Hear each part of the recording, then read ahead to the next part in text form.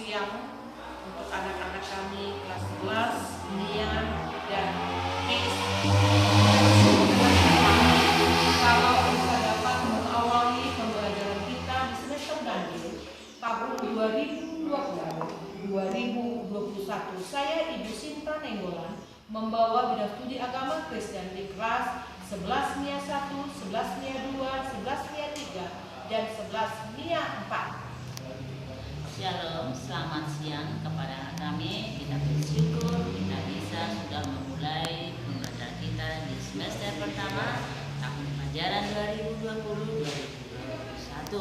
Nah, saya Ibu Emma Tanari mengaku membawa pelajaran agama kepada kelas 10 PIS 1, PIS 2, PIS 3, PIS 4 dengan kelas 11 PIS 1, PIS 2 dengan kelas 12 PIS 1, PIS 2, PIS 3 dengan PIS 4. Terima kasih. Shalom, selamat pagi. Saya dari mahasiswa PPL dari Sekolah Misi Malang.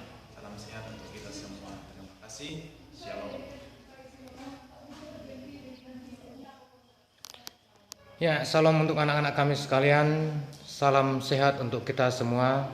Saya Uluman Raja mengajarkan pendidikan agama Kristen di kelas 10 MIA 3, MIA 4, MIA 5, dan MIA 6, dan mengampu mata pelajaran di kelas 11 MIA 5 dan MIA 6, dan di kelas 11 PIS 3 dan PIS 4. Dan Bapak juga mengajarkan pendidikan agama Kristen di kelas 12 MIA 5 dan MIA 6. Jadi beginilah pertemuan kita untuk hari ini dan pengenalan bagi kita semua. Untuk itu kita akan memasuki materi kita berikutnya di dalam aplikasi PowerPoint.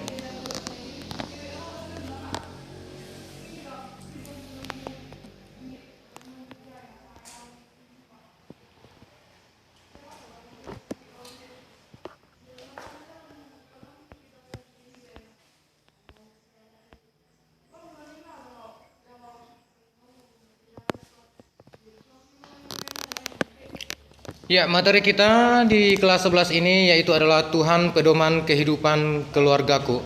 Di mana bahan Alkitabnya yaitu di dalam Kejadian yang kedua ayatnya yang ke-24 dan 1 Korintus 11 ayatnya yang ketiga dan Yohanes 2 ayatnya yang pertama sampai ayatnya yang ke-11. Di mana kompetensi dasar kita yaitu yang pertama mengakui peran Allah di dalam kehidupan keluarga. Dan yang kedua, mengembangkan perilaku tanggung jawab sebagai wujud dari pengakuan terhadap peran Allah dalam kehidupan keluarga. Dan 31, yaitu memahami peran Allah di dalam kehidupan keluarga. 41, bersaksi tentang peran Allah dalam keluarga. Ya, indikatornya saya serahkan kembali untuk Ibu Nenggolan untuk menyampaikannya. Baik. Adapun yang menjadi indikator pembelajaran kita hari ini, arti kata indikator adalah penanda sesuatu capaian yang harus kamu dapat ketahui. Pertama, anak-anak kami harus mampu menjelaskan apa itu pengertian dan bentuk keluarga. Yang kedua, harus memahami fungsi keluarga. Dan yang ketiga, mengungkapkan peran Allah dalam kehidupan keluarga. Selanjutnya, menghayati dan memaknai peran Allah dalam kehidupan keluarga dengan menjunjung tinggi nilai-nilai Kristiani, menuliskan dan menyampaikan kesaksian pribadi tentang peran Allah dalam kehidupan keluarga peserta didik. Baik, pengertian keluarga. Menurut Kamus Besar Bahasa Indonesia, keluarga berarti ibu, bapak beserta anak-anaknya atau seisi rumah. Artinya siapa yang tinggal di rumah kita itu adalah menjadi bagian keluarga kita. Pengertian ini mengacu kepada aspek antropologis, yaitu manusia dalam lingkungan keluarga. Istilah keluarga berbeda dengan istilah rumah tangga. Rumah tangga lebih bersifat material, ekonomi, yaitu sesuatu yang berhubungan dengan urusan kehidupan dalam rumah seperti belanja dan sebagainya.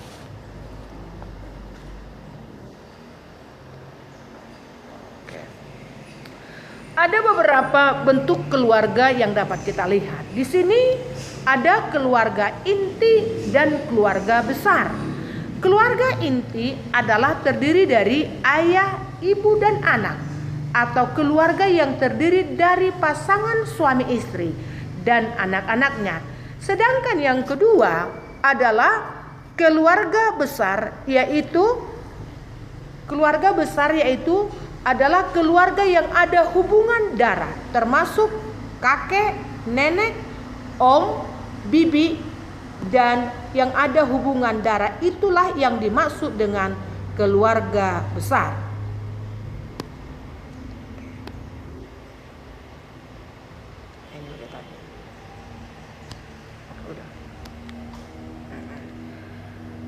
Fungsi keluarga ada yang disebut namanya dengan fungsi biologis atau hubungan daging, dan kemudian ada fungsi sosial anak, ada fungsi afeksi, ada fungsi edukatif, dan ada fungsi religius, dan ada fungsi protektif.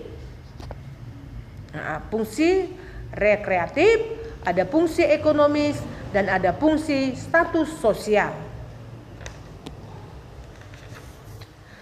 Selain fungsi keluarga yang diuraikan tadi di atas, kita akan melihat juga fungsi keluarga dari segi iman Kristen. Pertama, fungsi keluarga ditinjau dari segi iman Kristen. Nomor satu adalah sebagai teman sekerja Allah dalam mengelola alam semesta dan segala isinya, dapat nanti dibaca dalam Kejadian 1 ayatnya yang ke-28. Manusia diciptakan segambar dan serupa dengan Allah. Artinya bahwa manusia itu bekerja sama, bertanggung jawab untuk pelestarian daripada alam dan juga hubungan terhadap sesama manusia. Itulah yang disebut dengan manusia menjadi teman sekerja Allah.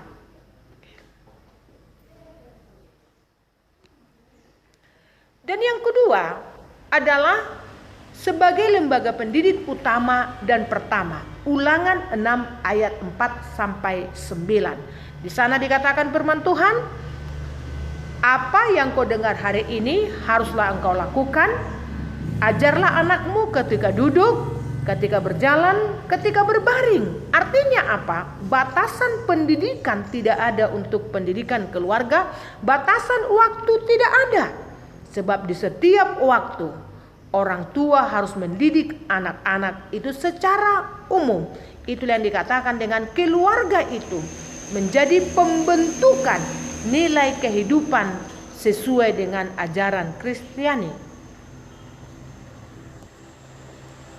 Yang ketiga, sebagai wadah semua anggota keluarga dalam mengekspresikan kasih, setia, dan sikap saling menghormati.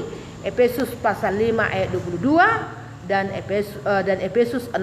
Efesus 6 ini merupakan satu lagu favorit waktu sekolah minggu. Hai anak-anak, taatilah orang tuamu di dalam Tuhan, karena haruslah demikian.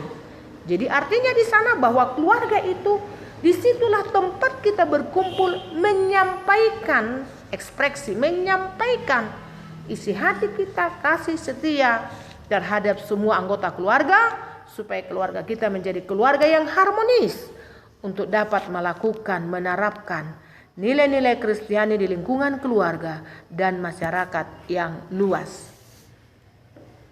Baik, yang ketiga. Baik, kita lanjut. Kita lihat di sini yang ketiga, ada peran Allah dalam keluarga. Kita lihat di sini apa peran Allah dalam keluarga. Bahwa dikatakan Kristuslah sebagai pedoman. Itulah peran Allah dalam keluarga. Kristuslah sebagai pedoman, pemimpin, dan sebagai kepala keluarga. Yang artinya seluruh anggota keluarga bertanggung jawab menjadikan seluruh ajaran Tuhan Yesus sebagai acuan hidup berkeluarga. Maka setiap anggota keluarga Kristen perlu menyadari penyertaan Tuhan dalam kehidupan mereka dengan perilaku yang menjunjung tinggi nilai-nilai kekristenan dalam tindakan yang konkret. Nah, yang keempat kita lihat di sana, bagaimanalah Allah itu dan keluargaku. Bagaimana hubungannya Allah dengan keluargaku? Kita lihat berkaitan dengan hal tersebut. Keluarga Kristen pada masa kini perlu menyadari peranannya dengan cara memberlakukan nilai-nilai kehidupan. Ketika kita tidak mampu memberlakukan nilai-nilai kehidupan, berarti keluarga kita belum berperan, baik secara Alkitab maupun teologis, sehingga menjadi perpanjangan peranan Allah dalam kehidupan keluarga Kristen secara utuh. Kita lihat di sini bagaimanalah keluarga atau Allah dan keluarga itu. Kita lihat di sini ada 4 poin. Pertama, kalau keluarga sebagai pusat pembentukan kehidupan rohani. Nah, yang kedua, kita lihat keluarga sebagai tempat bernaung kudus. Ketiga, keluarga itu harus mencerminkan kasih Allah secara holistik atau menyeluruh. Baru yang keempat, keluarga adalah sebagai pencerita. Yang kelima, bagaimanalah Tuhan melibatkan dalam kehidupan keluarga? Atau bagaimanakah hubungan atau melibatkan Tuhan dalam kehidupan keluarga? Kita lihat di sini dalam keluarga Kristen ada hal yang khas berkaitan dengan peran Tuhan dalam keluarga. Itu peran Tuhan melingkupi. Itulah peran Tuhan melingkupi seluruh aspek kehidupan keluarga maupun pribadi yang meliputi kebutuhan keluarga. Akan berkat Tuhan, pengampunan serta pembaharuan oleh Tuhan. Pengertian berkat Tuhan di sini adalah cakupannya sangat luas, bukan hanya sekadar uang atau hal materi lainnya. Berkat Tuhan juga meliputi kesehatan, sukacita, damai sejahtera, kemenangan, umur panjang, kebahagiaan, dan sebagainya. Lalu pengampunan Tuhan, tidak seorang pun yang hidupnya sempurna di dunia ini, termasuk Anda dan saya. Kita berbuat dosa di dalam pikiran, perkataan, maupun perbuatan. Kematian Tuhan Yesus merupakan tanda kasih yang sangat besar kepada umat manusia sebagai Tuhan yang Maha Pengampun. Kita lihat dalam Efesus 1 ayat yang ke-7. Pembaharuan oleh Tuhan sering disebut juga dalam kekristenan sebagai hidup baru. Berarti kita yang sudah memiliki hidup baru, kita sudah memiliki pembaharuan dari Tuhan. Artinya manusia memulai kehidupan yang lebih baik dan berarti di dalam Kristus.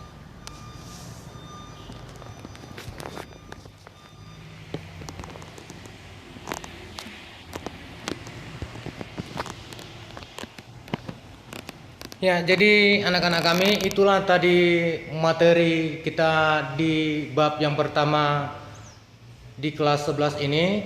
Jadi untuk lebih jelasnya kembali apa yang dikatakan keluarga. Ya, sekali lagi apa yang dikatakan di sana, Tuhan adalah pedoman hidup keluargaku, dapat kita lihat kembali di dalam buku kita, yaitu bab yang pertama untuk lebih jelasnya. Namun untuk menjelaskan lebih jelas kembali, di sini kami akan menerangkan apa itu yang dimaksud di sana keluarga sebagai tempat yang bernaung, ataupun dikatakan apa itu yang dimaksud sebagai keluarga dan apa peranan daripada keluarga itu sebenarnya sebagai keluarga Kristen dan apa fungsi daripada keluarga Kristen itu. Untuk itu di sini kami akan menjelaskan anak-anak kami, ya, untuk lebih jelasnya kembali. Ya, di sini Ibu Nenggolan akan menjelaskan mengenai daripada keluarga sebagai pedoman hidup keluargaku. Ya, diserahkan kembali untuk Ibu Nenggolan. Tuhan pedoman. Arti kata pedoman di sini adalah dasar untuk melakukan sesuatu. Itu arti kata pedoman. Jadi keluarga Kristen terbentuk ada pedoman yang diberikan oleh Tuhan. Pedoman seperti apa yang Tuhan sudah lakukan terhadap manusia untuk pembentukan keluarga. Tentunya itu dapat kita baca di dalam Kejadian pasal 2 ayatnya yang ke-24. Ada 3 langkah perkawinan Kristen.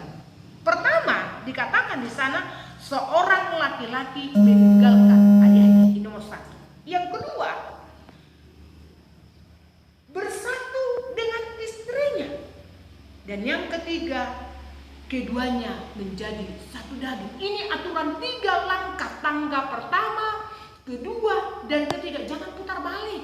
Jangan mulai dari tangga yang ketiga. Kalau tangga yang ketiga dimulai salah. Kenapa? Ada para pemuda yang melakukan pergaulan bebas, duluan dia melakukan langkah yang ketiga. Apa itu?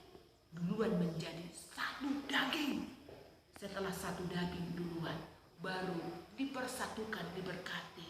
Lalu apa? Ditinggalkan ayah dan ibunya. Kalau hal ini yang dilakukan, ketiga yang duluan dilakukan, apa yang terjadi? Akan lahir bibit unggul. Akan lahir bibit unggul. 5 bulan diberkati di gereja, lahir anaknya. Kenapa? Karena dia tidak mempergunakan firman Allah menjadi pedoman hidup keluarganya. Kita melihat pesta Kana. Di pesta di Kana, ketika keluarga mengandalkan Tuhan dan mengundang Tuhan dalam pesta keluarga, maka keluarga itu cukup diberkati Tuhan. Kebutuhan dicukupkan, tidak dipermalukan loh kekurangan anggur. Tapi ketika Tuhan diundang, maka pesta di Kana itu tercukupi. Semua orang yang datang ke sana penuh dengan sukacita. Baik.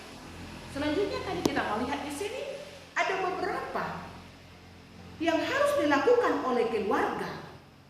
Melibatkan Tuhan. Arti kata melibatkan Tuhan halaman 9, dibuka bukunya. Ya, halaman 9 ya nak ya, buka bukunya. Melibatkan Tuhan. Kalau melibatkan Tuhan artinya di setiap waktu perjalanan keluarga itu undang Tuhan di dalamnya. Di situ sebabnya dikatakan, sering berkata puji Tuhan oleh karena Tuhan. Ini dikatakan melibatkan Tuhan. Ketika kita melibatkan Tuhan, apa yang dapat kita rasakan? Ada 3 yang dapat kita peroleh dari Tuhan kalau kita melibatkan Tuhan dalam keluarga. Apa? Pertama tadi dikatakan Ibu Matanari, berkat Tuhan akan terjadi dalam keluarga. Lihat pesta di Kana tadi. Ketika dilibatkan Tuhan di pesta di Kana, tercukupi keperluannya. Bukan hanya secara materi dan uang cukupkan Tuhan, termasuk kesehatan, damai sejahtera. Yang kedua apa? Kalau kita melibatkan Tuhan, kita akan merasakan pengampunan dari dosa. Kesalahan kita diampuni oleh Tuhan. Ya, itu yang kedua. Libatkan Tuhan mengampuni kekuranganmu. Kenapa? Tidak ada keluarga yang sempurna. Pasti mengalami kekurangan, kesalahan. Tapi libatkan Tuhan, maka dosa akan diampuni. Yang ketiga apa? Pembaharuan oleh Tuhan. Arti kata pembaharuan di sini bahwa hidup kita memulai hal yang lebih baik, tidak cukup baik. Membaharui, dibaharui oleh Tuhan tidak baik. Tetapi apa? Benar. Benar. Benar itu apa? Firman Tuhan. Benar itu apa? Nilai-nilai Kristiani. Itu yang dikatakan pembaharuan Tuhan terjadi dalam keluarga. Bagaimana caranya Tuhan membaharui kehidupan keluarga itu? Tentunya keluarga itu harus berpusat kepada Tuhan, maka akan dapat merasakan kehidupan senang, sukacita. Itu yang dikatakan tadi, bahwa kehidupan yang dibaharui Tuhan, pikiran kita tidak akan sia-sia. Melibatkan Tuhan, firman Tuhan katakan, kalau kita melibatkan Tuhan dalam keluarga, sampai kepada anak cucu kita tidak akan meminta-minta. Kenapa? Karena Tuhan pedoman hidup keluarganya, Tuhan senantiasa membaharui hidupnya, dan Tuhanlah pemimpin dan kepala keluarga itu. Terima kasih. Bye. Ya, itulah tadi penjelasan mengenai daripada Tuhan sebagai pedoman hidup keluargaku di dalam materi yang pertama di kelas 11 ini. Jadi untuk anak-anak kami, untuk memperdalam kembali materi kita, silakan dibaca kembali bukunya. Jadi untuk itu sekianlah untuk pertemuan kita hari ini. Kita lanjutkan kembali untuk hari Sabtu. Minggu depan. Iya, untuk minggu depan. Ya. Jadi pertemuan berikutnya itu di hari Selasa kita akan melanjutkan materi kita. Jadi sekian dan terima kasih bagi anak-anak kami. Inilah pertemuan kita. Salam sehat untuk kita semua. Sekian dan terima kasih.